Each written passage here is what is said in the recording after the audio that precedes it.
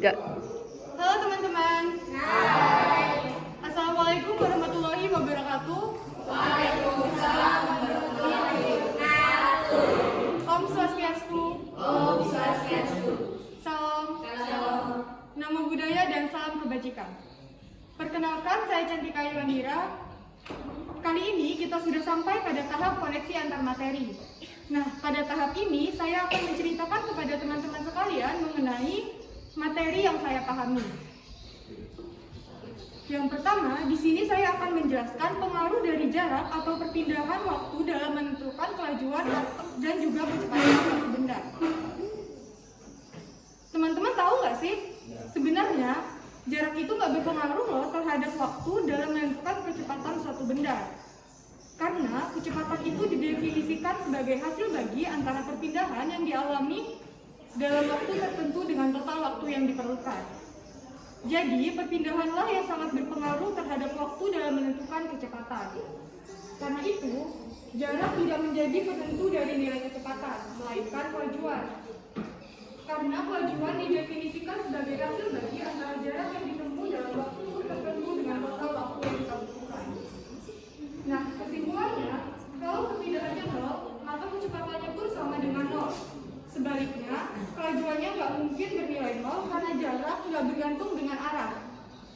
Hal ini terjadi karena kecepatan merupakan besaran vektor yang dipengaruhi oleh arah. Sedangkan kelajuan adalah besaran skalar yang tidak dipengaruhi oleh arah. Sampai sini teman-teman sudah paham belum mengenai apa yang saya jelaskan tadi? Oke, kalau teman-teman sudah paham, saya akan melanjutkan ke penjelasan selanjutnya ya. Nah, yang kedua, saya akan menjelaskan kepada teman-teman sekalian mengenai gimana sih pengaruh kelajuan atau kecepatan dalam menentukan percepatan gerak suatu benda. Jadi, pengaruh dari kelajuan dan kecepatan untuk menentukan percepatan suatu benda yaitu untuk mencari percepatannya adalah rumusnya adalah perubahan kecepatan dibagi perubahan waktu. Oleh karena itu, kelajuan dan kecepatan sangat berperan penting agar dapat menghasilkan percepatan. Suatu gaya itu bisa mengubah daya dan kecepatan benda bergerak. Karena saat bergerak, gaya juga dapat mengubah posisi benda. Nah, pada materi ketiga ini, saya akan menjelaskan pengaruh konsep GLB dan juga GLBB pada gerak suatu benda dalam kehidupan sehari-hari. Yang pertama, saya akan menjelaskan pengaruh GLB terlebih dahulu.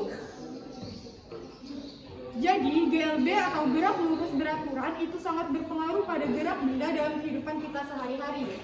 Karena GLB ini punya sebuah konsep gerak suatu benda pada lintasan lurus dengan kecepatan yang konstan atau tetap. Bisa kita artikan bahwa benda tersebut bergerak lurus tanpa ada perubahan kecepatan. Nah, contohnya adalah sebuah mobil yang melaju dengan kecepatan tetap dan sepeda yang melaju dengan kecepatan yang tetap. Lalu, selanjutnya saya akan menjelaskan mengenai pengaruh GLBB. GLBB atau gerak lurus berubah beraturan juga berpengaruh loh. Karena GLBB memiliki konsep perubahan kecepatan yang terjadi secara berurutan terhadap waktu. Nah, contoh dari GLBB ini misalnya seperti buah apel yang jatuh dari pohonnya dengan perubahan kecepatan yang beraturan. Sekian cerita dari saya. Jika ada yang ingin memberikan komentar ataupun saran serta kritik, saya persilahkan. Ya, saya Prabeda Bagus Darmiko ingin mengomentari cerita Cantika. Ceritanya sudah bagus. Hanya saja teman-teman yang samping saya ribut jadi kurang jelas. Ya, tapi ceritanya sudah bagus. Ya, sekian dari saya.